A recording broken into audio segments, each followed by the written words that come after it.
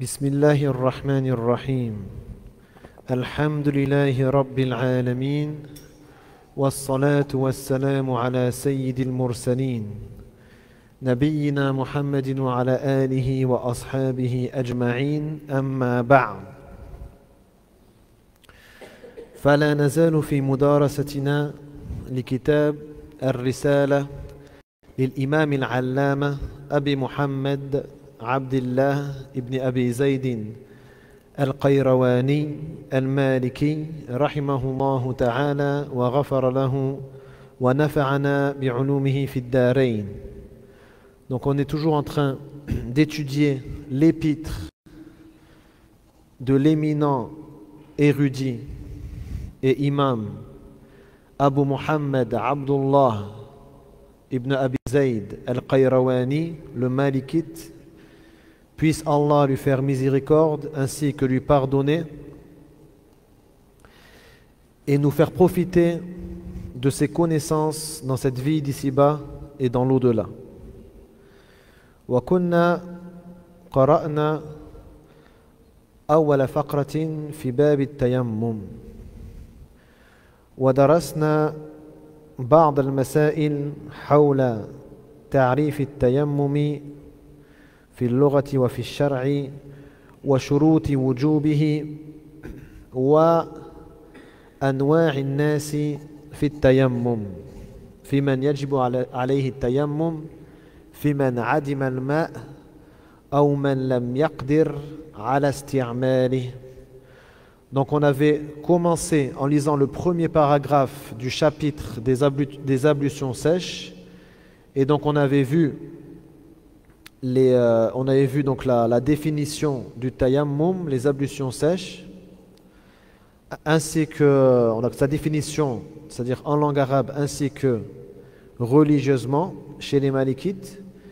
Et on avait vu qu'il y avait plusieurs conditions à l'obligation de faire le tayammum. Et pour finir, on avait vu la catégorie des gens qui avaient l'obligation de faire le tayammum pour accomplir la prière. Donc on pourrait les résumer en deux catégories vraiment en vulgarisant au maximum. Donc c'est celui qui ne trouve pas d'eau ou celui qui ne peut pas utiliser l'eau. ثم قال المؤلف رحمه الله تعالى وإذا أيقن المسافر بوجود الماء في الوقت أخر إلى آخره وإن يئس منه تيمم في أوله وإن لم يكن عنده منه علم تيمم في وسطه كذلك إن خاف ألا يدرك الماء في الوقت ورجى أن يدركه فيه. Donc ensuite, l'auteur a dit si le voyageur est certain qu'il trouvera de l'eau au moment fixé pour la prière, c'est-à-dire pendant l'horaire de la prière, du début jusqu'à la fin de l'horaire de la prière. Il attendra jusqu'à la fin de ce temps avant de décider de faire le tayammum. C'est-à-dire si à la fin du temps il n'a toujours rien trouvé, il fait le tayammum et il prie. Mais s'il désespère de trouver de l'eau à temps, il n'a aucun espoir de trouver de l'eau, il fera le tayammum dès le commencement de l'heure de la prière. S'il ignore s'il trouvera de l'eau ou pas, il fera le tayammum au milieu de l'heure de la prière. Donc par exemple entre le Zuhr et la Asr, il compte il y a combien d'heures et il prie au milieu. De manière recommandée, d'accord? Ce n'est pas une obligation, c'est recommandé. Il en sera de même s'il craint de ne pas atteindre l'eau au moment voulu, tout en espérant y arriver à temps. On va voir que là, tout en espérant, en vérité, c'est une mauvaise formulation de l'imam Ibn Abi Zayd. Il n'aurait pas dû formuler ça comme ça, parce que c'est un avis qui n'existe pas dans l'école malikite. Donc il a fait un problème de formulation, d'accord? Il veut dire autre chose en fait, mais il s'est mal formulé. Il s'est mal exprimé, pardon. وإذا تيقن المسافر في أي سفر سواء أكان سفرا يقصر فيه الصلاة أو لا، إذا تيقن بوجود الماء الكافي لوضوئه أو غسله إن يحتاج إلى غسل في الوقت، أخر الصلاة إلى آخر الوقت المختار استحبابا لا وجوبا. نعم، يستحب له أن يؤخر تيممه وصلاته إلى آخر الوقت المختار، ولا يجب عليه ذلك إن لم يكن له ماء في أول الوقت ولا في وسطه. فمن شروط التيمم دخول الوقت، يعني لا يجب عليك أن تتيمم ولا يصح منك ذلك إلا بعد دخول الوقت. أنت ليس لك ماء قبل أذان الظهر، لا يجب عليك التيمم لصلاة الظهر ولا يصح منك التيمم إلا بعد دخول وقت الظهر.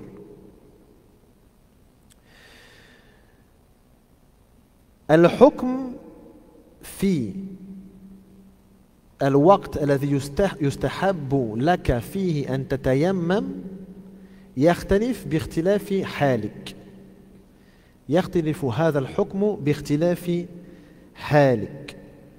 فإن كنت متيقنا بوجود الماء أو بلحوقه في الوقت، في هذه الحالة تؤخر تيممك وصلاتك إلى آخر الوقت، لأنك أنت على يقين أصلا أنك سوف تجد ماء. لكن إن كان بالظروف لم تلحق أو لم تجد، في هذه الحالة تتيمم وتصلي في آخر الوقت المختار، في آخر الوقت المختار. طيب، الحالة الأخرى يئست أن تجد ماء في الوقت أو أن تلحق بالماء في الوقت، ليس هناك أي أمل أن تجد ماء في الوقت. في هذه الحالة تنتهز فضيلة الصلاة في أول الوقت ولا تؤخر. ليس لك فضيلة التطهر بالماء، ولكن لا تترك الفضيلة الأخرى التي هي فضيلة الصلاة في أول الوقت، فتتيمم في أول الوقت تصلي. أنت يئست أصلا، ليس هناك أمل أن تتوضأ ولا أن تغتسل. طيب، إن رجوت بمعنى غلب على ظنك أنك سوف تجد، إن غلب على ظنك لم تتيقن، يغلب على ظنك أنك سوف تجد في الوقت، في هذه الحالة حكمك كحكم المتيقن لوجود الماء، تؤخر إلى آخر الوقت. وهذه ثم قال معذرة: وإن لم يكن عنده علم، أنت لا تدري ستجد أو لا تجد، في هذه الحالة تتيمم وتصلي في وسط الوقت، في النصف، في وسط الوقت تتيمم وتصلي. إن كنت جاهلا هل سوف تجد ماء أو تلحق بماء أو لن تجد، في هذه الحالة تؤخر تيممك وصلاتك إلى وسط الوقت استحبابا. وإن كنت تشك 50%، تشك هل سوف أجد ماء أو لا، حكمك حكم الجاهل، يعني تؤخر في وسط الوقت. فعندك المتيقن يؤخر تيممه وصلاته إلى آخر الوقت، كذلك من غلب على ظنه أنه سوف يجد ماء إلى آخر الوقت. من جهل سوف يجد أو لا، أو من شك في وجدان الماء أو في وجود الماء أو لا، هذان يصليان في وسط الوقت. ومن يئس لم يكن له أمل أن يجد ماء في الوقت صلى في أول الوقت صلى في أول الوقت استحبابا أيضا. Donc là on voit que Ibn Abi Zayd rahimahullah il a divisé les gens en plusieurs catégories par rapport au moment où ils doivent accomplir la prière. Et il a pris l'exemple du voyageur, mais en vérité, c'est pareil pour le malade qui ne peut utiliser l'eau si il sait qu'avant la fin de l'heure, il pourra utiliser l'eau. Par exemple, je vais dire un exemple, quelqu'un de très faible, d'accord? Quelqu'un de très faible à cause d'une maladie. Il ne pourra pas soulever le seau du puits. D'accord? Il ne pourra pas tirer le seau. Mais il sait que dans 1 heure, il y a son frère qui revient qui va lui tirer le seau.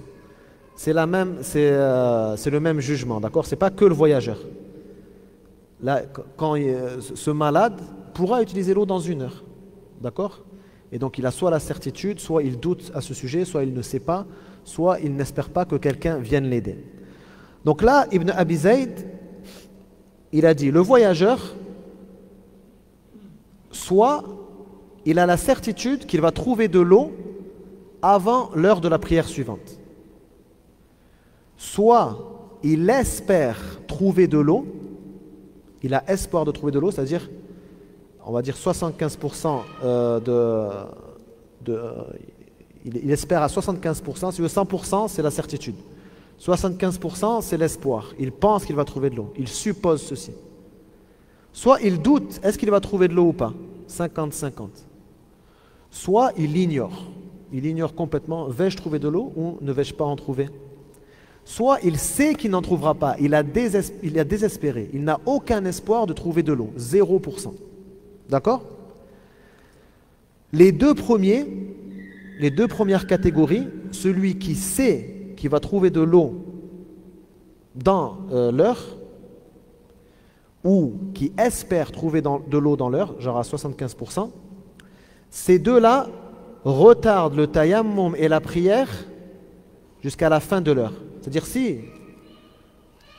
il s'est passé quelque chose qui a fait qu'il n'a pas pu trouver de l'eau qu'il pensait pouvoir trouver ou qu'il avait la certitude de trouver, à la fin de l'heure, avant de sortir de l'heure, il va faire le tayammum et il va prier. D'accord? Et ceci est préférable, ce n'est pas obligatoire. C'est-à-dire sa prière sera valide s'il prie avant ceci. Ceci est préférable. Deuxième catégorie, celui qui ne sait pas s'il va trouver de l'eau ou pas, il est complètement ignorant. Vais-je trouver de l'eau ou ne vais-je pas en trouver? Ou il doute, 50-50. Peut-être que je vais trouver de l'eau dans l'heure, peut-être que je n'en trouverai pas. Il ne sait pas. C'est pareil, c'est comme celui qui ne sait pas. C'est le doute, ça revient au même jugement. Ces deux catégories prient au milieu de l'heure. Donc si par exemple entre le Zuhr et la Asr, il y a 3 heures par exemple, il va prier de manière recommandée, c'est recommandé qu'il attende 1h30 après le Zuhr et qu'il prie à ce moment-là. D'accord? La dernière catégorie, celui qui a complètement désespéré d'avoir de l'eau durant l'horaire fixé de la prière. Il n'espère pas trouver de l'eau. Pour lui, 0%, il n'y a aucun espoir qu'il trouve de l'eau. Celui-ci, il ne délaisse pas le caractère recommandé de prier au début de l'heure.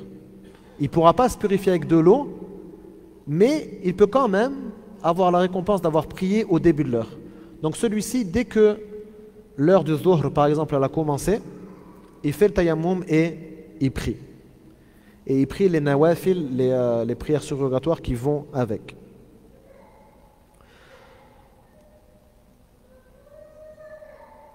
Ici, هنا عبارة الإمام ابن أبي زيد انتقدت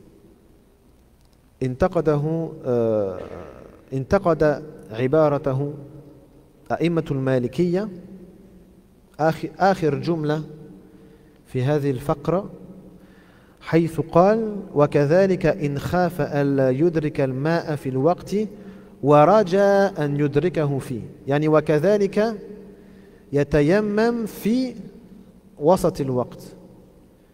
وأنا قلت لكم الآن أنه إن رجى يعني 75% يرجو يغلب على ظنه أنه يجد ماء. متى يتيمم؟ من يرد عليه؟ ماذا قلت؟ في آخر الوقت. نعم.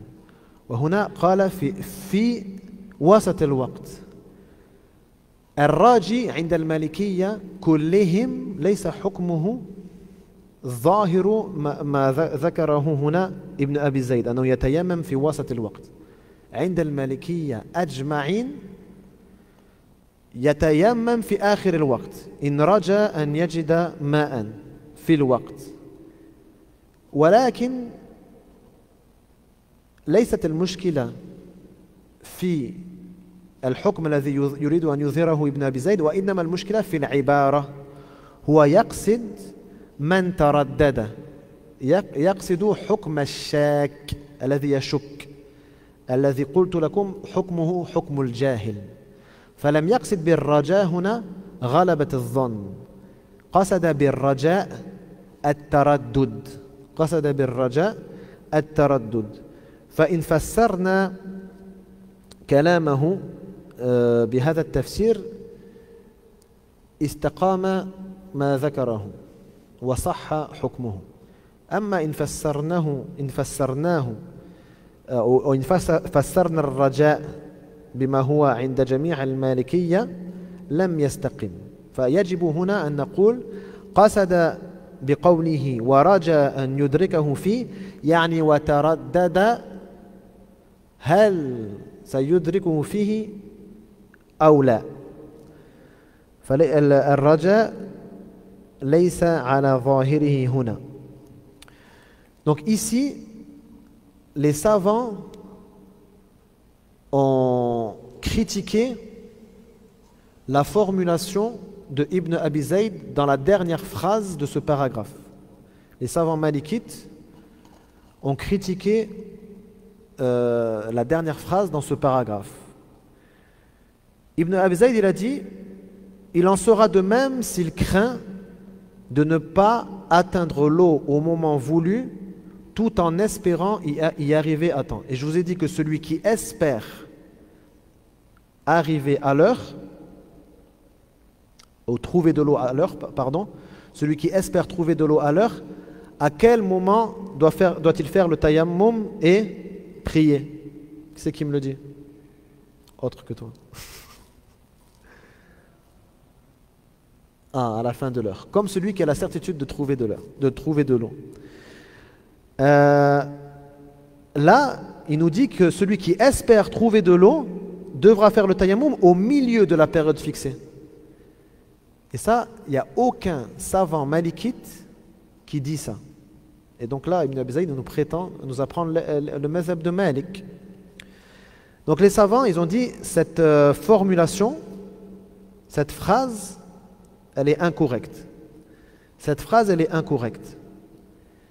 Et en vérité, ce n'est pas une erreur de Ibn Abi Zayd sur le jugement, c'est une erreur sur la formule. Quand il dit espoir ici, il veut dire hésitation. Il s'est trompé dans la formulation. Il ne voulait pas dire l'espoir. Il voulait dire il hésite. Il a peur d'en trouver et il hésite, il doute. Va-t-il trouver de l'eau pendant l'horaire fixé ou ne va-t-il pas en trouver?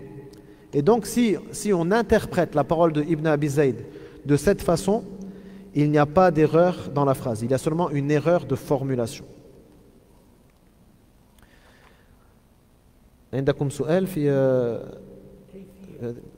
كيفية ماذا؟ إن شاء الله يعني نمر بها بعد ذلك، ولكن باختصار الطريقة المستحبة عند المالكية تضرب ضربة واحدة، إن كثر التراب على يدك لا بأس أن تنفخ فيه، ثم تمسح وجهك، ثم تضرب ضربة ثانية عند المالكية وتمسح إلى كل مكان الوضوء يعني إلى فوق المرفق وكذلك من تحته من تحت هذا عند المالكية. أصح حديث ذكر في هذه المسألة يعني الأحاديث يعني منها ما هو صحيح ومنها ما هو ضعيف، والأحاديث الصحيحة التي وصفت التيمم بعض صحابة الرسول صلى الله عليه وسلم يعني اختلفوا في وصفه. فمن الأحاديث الحسنة ما جاء فيه مثل ما وصفته، ولكن أصح الأحاديث ما رواه البخاري ومسلم حديث عمار بن ياسر أن رسول الله صلى الله عليه وسلم ضرب بيديه الأرض ضربة واحدة ثم مسح بهما وجهه وظاهر كفيه، فلم يذكر ضربة ثانية ولم يذكر الزيادة على الكفين. هذا أصح الأحاديث، فمن فعل ذلك إن شاء الله يعني يرجى أن يكون صحيحا، وإن زاد بهذا بما ذكره المالكية وغيرهم من المذاهب فهذا أحق أن يصح إن شاء الله. Donc la question c'était quelle est donc on va le voir après plus en détail, mais juste je le dis de manière résumée. De quelle façon doit-on faire le tayammum? Donc chez les Malikiya, la façon de faire le tayammum, donc c'est bon, bien sûr l'intention, etc. d'abord. Frapper une fois la terre, puis s'il y a beaucoup de terre sur la main, il est autorisé de souffler pour en enlever un peu. Ensuite, passer ses deux mains sur le visage et puis frapper encore une fois la terre et frotter jusqu'à la fin de là où on fait passer l'eau pour les ablutions, ainsi que par dessous. D'accord? Ça c'est chez les Malikites. Les hadiths qui sont venus décrire le tayammum, il y a plusieurs hadiths, il y en a qui sont authentiques, il y en a qui sont faibles, et il y a des hadiths bons qui indiquent la façon qu'ont choisi les savants malikites, mais le hadith le plus connu et le plus authentique, c'est le hadith de Ammar ibn Yasir, qui est dans le Bukhari et Muslim, où il explique la façon dont le messager d'Allah sallallahu alayhi wa sallam a fait le tayammum, il le décrit, et donc il dit qu'il a frappé le sol une seule fois et qu'il a passé ses mains sur son visage ainsi que sur la partie apparente, le dos de la main, quoi, la partie apparente, le dos de la main. Donc il n'a pas mentionné une deuxième frappe, ni il a mentionné qu'on le faisait jusqu'au coude, d'accord? Donc c'est celui qui se limite à ceci, on a l'espoir que ce soit valide, mais c'est sûr que c'est celui qui fait comme les Malikites, et c'est dans d'autres écoles aussi, ils ont choisi la même façon que l'école Malikite, c'est bien sûr plus à même, Inch'Allah, d'être valide.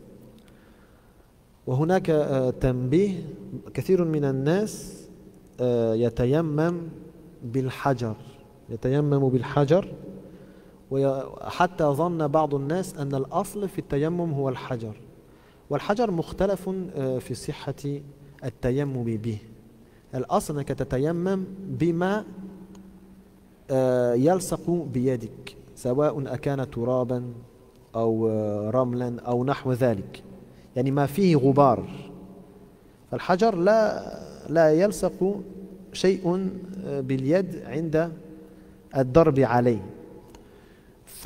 فعلى الناس أن يحتاطوا في عبادتهم ويختاروا ما اتفق على صحة التيمم به، والذي هو التراب أو الرمل مثلا، أي شيء يلصق باليد إذا ضربت بيديك عليه. Donc ici là je tenais à faire une petite parenthèse. Il y a beaucoup de gens qui pensent que faire le tayammum à la base, c'est avec une pierre. On utilise une pierre ou... tellement il y a des gens qui croient que le tayammum, c'est avec des pierres et qui ne font jamais avec rien d'autre que des pierres. Et en vérité, il y a beaucoup de savants qui sont d'avis que faire le tayammum avec une pierre, c'est invalide, d'accord? Je crois que c'est la plupart des savants voient qu'utiliser une pierre pour faire le tayammum, ça, à la base, c'est pas valide, d'accord?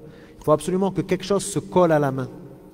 Donc, c'est quoi qui se colle à la main? C'est de la terre, du sable, ce genre de choses, d'accord?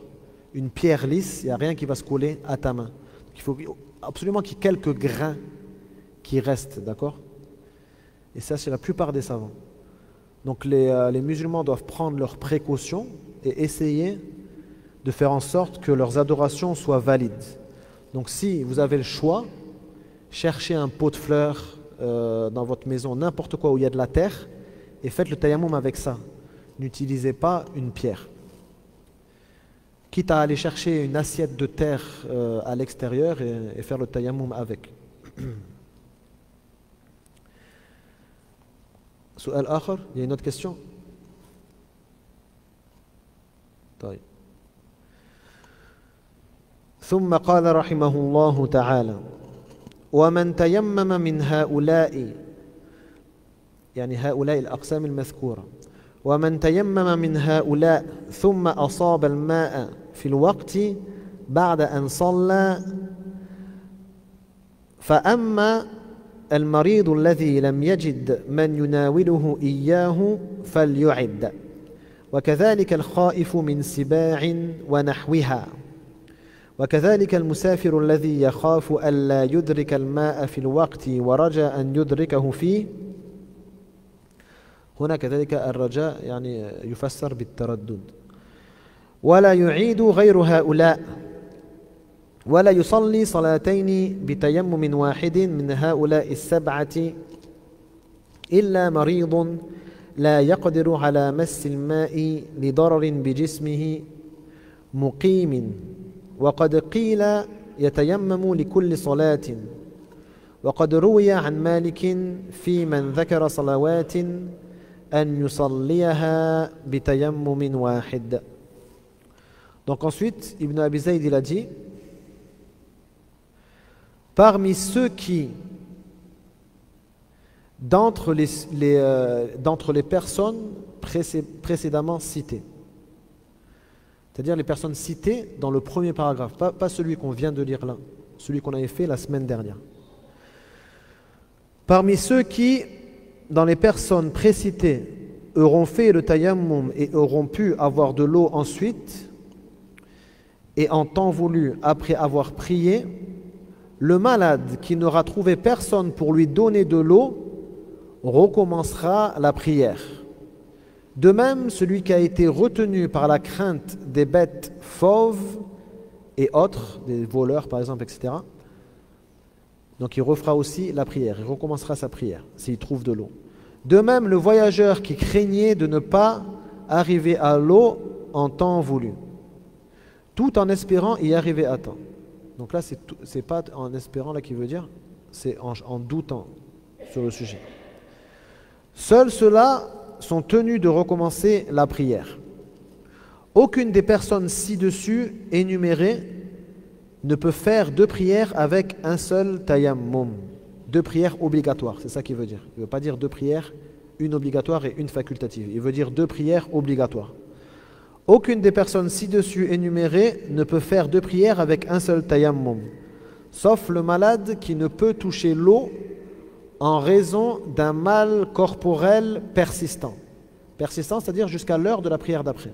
C'est ça qu'il veut dire. Cependant, selon une opinion, il doit faire le tayammum pour chaque prière, c'est-à-dire même le malade qui est dans cette situation. On rapporte aussi, d'après Malik, donc l'imam Malik, que celui qui se rappelle des prières qu'il a oubliées et donc qui veut les rattraper, peut les faire avec un seul tayammum.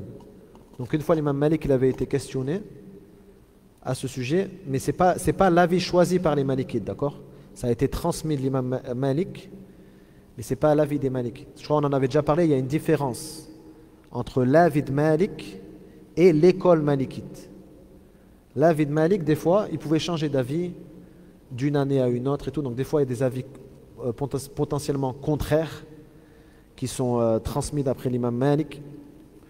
Et par contre, ses élèves, d'accord, ont étudié l'école et l'ont transmise en choisissant les paroles de Malik selon les règles de l'école et selon l'avis, soit le dernier avis de Malik, soit l'avis le plus fort par rapport aux arguments de Malik.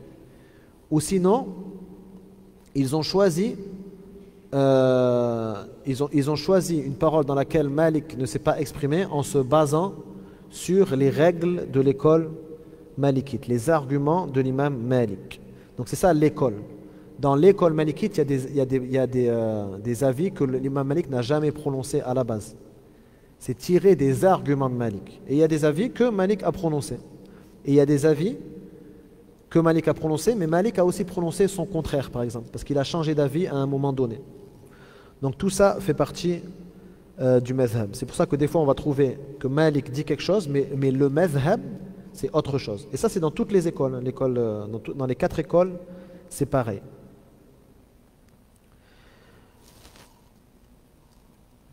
Donc dans cet avis de Malik, il rapporte que celui qui se rappelle des prières qu'il avait oubliées peut toutes les faire avec un seul tayammum. Il se rappelle 3-4 prières qu'il avait priées, il les fait avec un seul tayammum.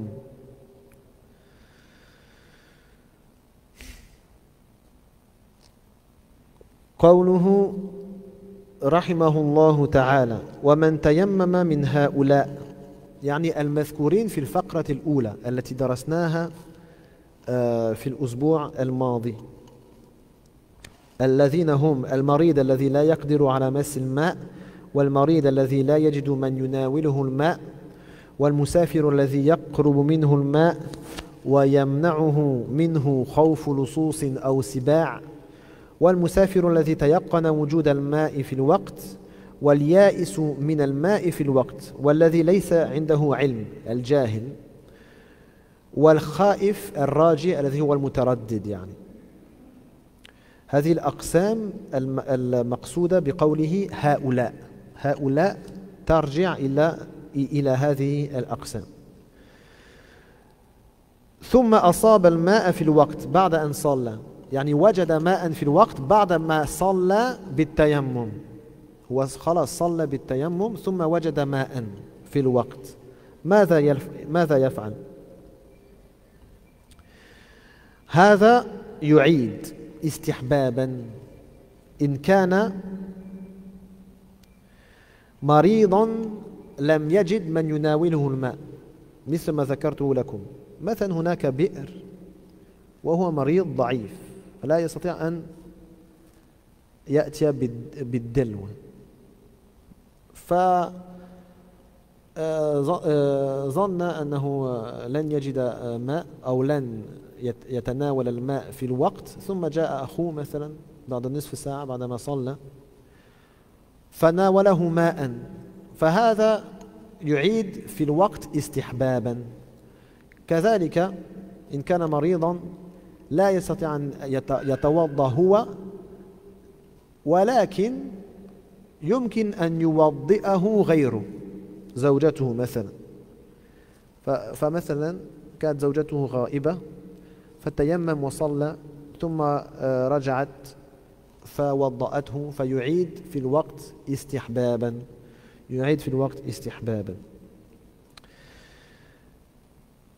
Donc il a dit donc ceux qui comment on a dit ça en français, parmi les personnes qui ont été citées précédemment. Donc c'est qui les personnes qui ont été citées précédemment? C'est le malade qui ne peut pas se servir de l'eau, le malade qui ne trouve pas celui qui lui donne de l'eau, c'est-à-dire par exemple il y a un puits à côté de chez lui, il n'a pas la force de ramener de l'eau, ou il a de l'eau chez lui mais il n'a pas la force de l'utiliser sur lui-même, il a besoin de quelqu'un qui l'aide à faire ses ablutions.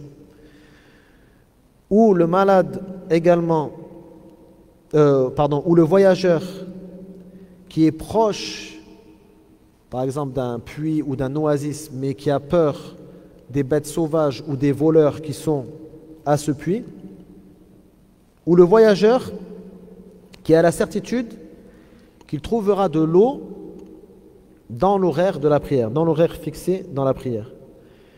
Et celui qui a désespéré de ceci, donc celui qui a la certitude, celui qui a désespéré, et celui qui ne sait pas, et celui qui doute de ceci.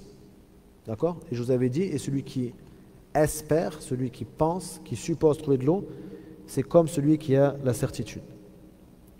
Donc toutes ces catégories-là, certains d'entre eux doivent réitérer la prière dans l'heure s'il a prié avec le tayammum. Quels sont, qui sont-ils, ceux qui doivent réitérer la prière? Premièrement, le malade qui n'a pas trouvé celui qui lui donne de l'eau. Donc comme je vous ai dit par exemple, lui il est malade, il est faible, il a de la fièvre, il n'arrivera pas à tirer le seau du puits par exemple. Il pensait que personne n'allait l'aider jusqu'à que la prière sorte de son heure. Il en avait au même quasi la certitude. Il a fait quoi? Il a fait tayammum, il a prié dès le début de l'heure. Là son frère, une demi-heure après, il arrive, il lui dit attends, je vais te chercher de l'eau. Il lui ramène de l'eau. Dans ce cas-là, il est préférable à ce malade de faire les ablutions et de refaire la prière. Ce n'est pas une obligation, c'est seulement préférable, d'accord? De faire ses ablutions et de refaire la prière dans l'heure. Donc ça veut dire que sa prière, elle était valide avec le tayammum, parce que c'était par rapport à sa croyance, ce qu'il pensait. Il pensait qu'il n'avait pas trouvé d'eau. Mais il lui est quand même préférable, malgré cela, de refaire sa prière après avoir fait ses ablutions dans l'heure. C'est la même chose pour celui qui ne pouvait pas faire ses ablutions tout seul, qui a besoin de quelqu'un pour l'aider. Cette personne est arrivée entre-temps, donc c'est pareil, c'est le même jugement.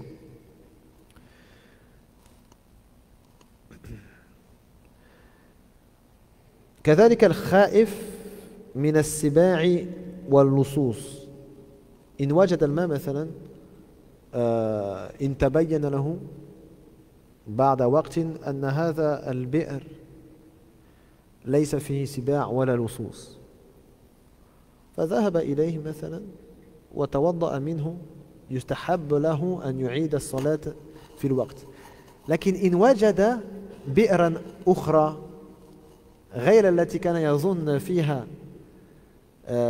وجود سباع أو لصوص فهذه الحالة لا يستحب يستحب إن وجد في هذه البئر. Non. Donc il en est de même pour la personne qui avait peur de tomber sur des bêtes fauves ou sur des voleurs dans un certain point d'eau. S'il se rend compte qu'il n'y a ni voleur ni bête fauve à ce point d'eau et qu'il avait déjà prié avec le tayammum, il va au point d'eau, il fait les ablutions et il recommence sa prière tant qu'il est encore dans l'heure. Et c'est pareil, c'est recommandé, c'est pas obligatoire. Par contre, s'il trouve un autre point d'eau qui n'est pas celui qu'il pensait dangereux, qu'il pensait qu'il y avait des bêtes fauves, etc., dans ce cas-là, il ne lui est pas recommandé de refaire la prière, parce qu'il est tombé par hasard sur un autre point d'eau. C'est s'il se rend compte que sa croyance était erronée concernant ce point d'eau précisément.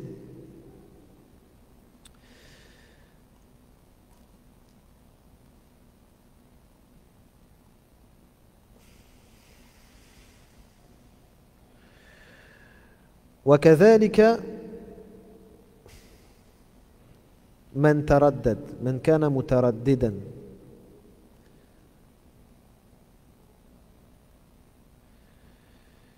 وكذلك من كان متيقنا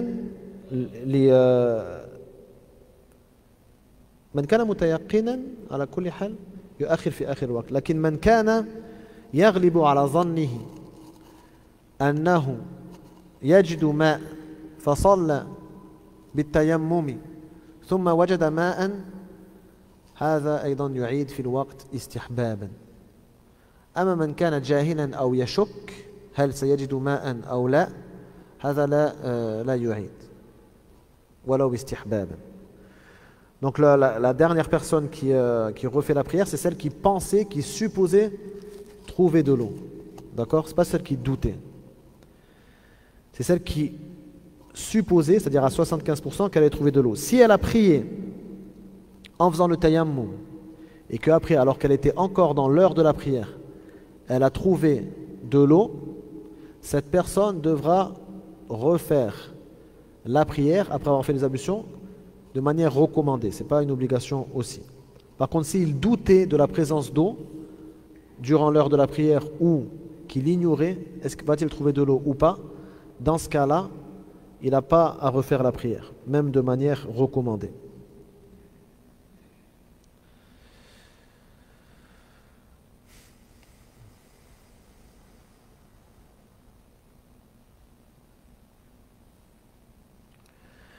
طيب ثم قال رحمه الله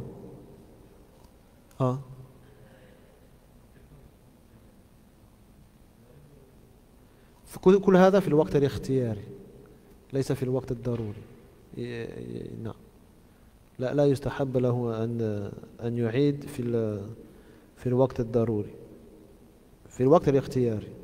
Donc s'il est arrivé à l'heure de nécessité de la prière, là c'est la prière elle est presque sortie de son heure, il ne lui est plus recommandé de faire les ablutions et de prier. Mais tant qu'il est dans l'heure,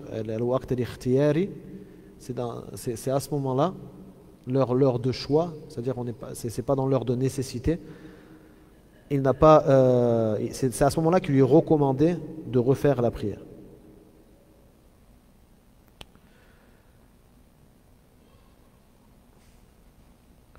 ولا يصلي صلاتين بتيمم واحد من هؤلاء السبعة إلا مريض إلى آخره. عند المالكية المسافر مثلا الذي لا يجد ماء لا يجوز له أن يجمع بين الصلاتين. وكذلك من كان في حضر إلا المريض.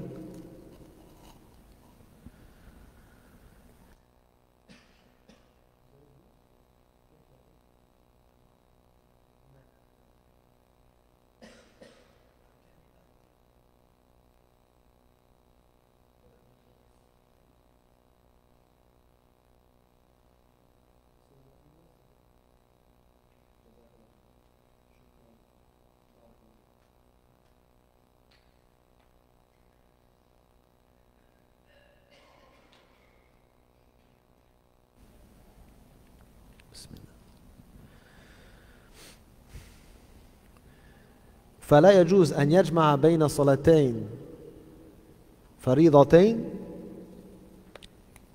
إلا إن كان مريضا يتضرر بمس الماء. هذا الوحيد الذي له أن يجمع صلاتين بتيمم واحد. أما غير هذا فلا يجوز له أن يجمع بين الصلاتين بتيمم واحد سواء كان في حضر أو في سفر.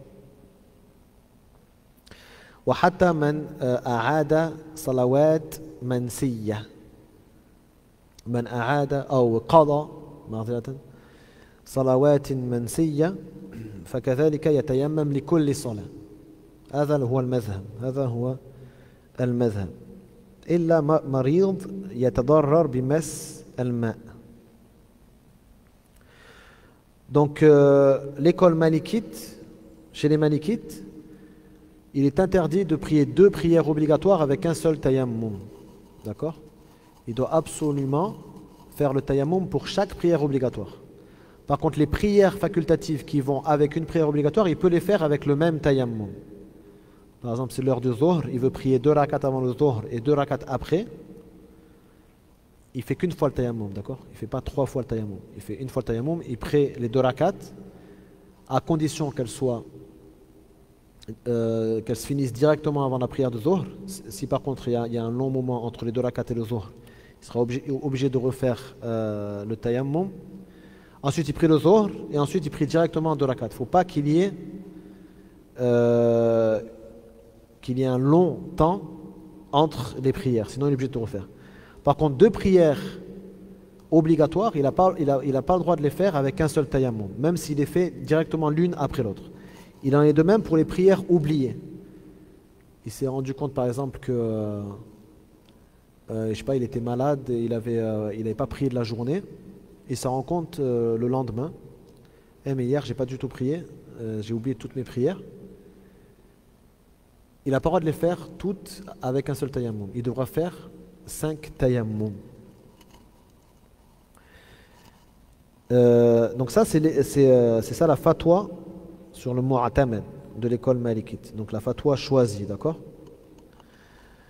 Donc ensuite, Ibn Abi Zayd, il nous dit que dans le madhhab, il y a 2 autres avis.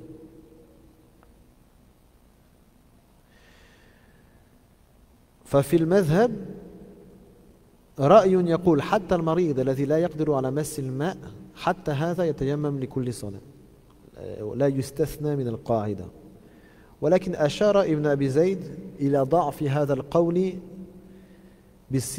بصيغة التمريض التي هي قيل وقيل هذه تسمى صيغة التمريض يعني هذا قول ضعيف وكذلك ما روي عن مالك روي صيغة التمريض يعني مبني لمن لم يسمى فاعله فهو يدل على ضعف هذا القول عندهم أن مالك يقول في الذي نسي صلوات أن له أن يصليها كلها بتيمم واحد فالقولان اللذان ذكرهما في آخر الفقرة قولان ضعيفان أما معتمد المذهب هو القول الأول أنه لا يستثنى من ذلك إلا من لم يقدر على مس الماء بسبب مرضه.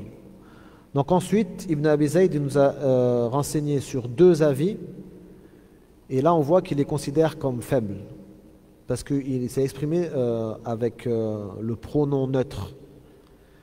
Le pronom neutre, donc il dit, la traduction, je ne sais pas comment le traduire exactement, c'est-à-dire il a été dit, on a dit. Qui c'est on? C'est neutre, on ne sait pas. C'est une façon chez les savants de te montrer que ce qu'il va dire après on a dit, c'est faible. C'est juste pour t'informer que ça a été dit, mais ce n'est pas ça qui est choisi dans la fatwa. Et après, c'est pareil quand il parle de ce qui a été transmis de Malik. Il a dit, et on a transmis d'après Malik. Ça montre que pour lui, c'est faible. Ce n'est pas une chose à retenir. Donc on a transmis d'après, on a dit que même le malade qui ne peut toucher l'eau doit lui aussi faire le tayammum pour chaque prière. Et il a été transmis, on a transmis d'après Malik que celui qui avait oublié des prières pouvait toutes les prier avec un seul tayammum. Pour Ibn Abi Zayd et pour les Malikiyya de toute façon de manière générale, ces 2 paroles sont faibles, d'accord? Ces 2 paroles sont faibles. Souhal, il y a une question avant qu'on arrête?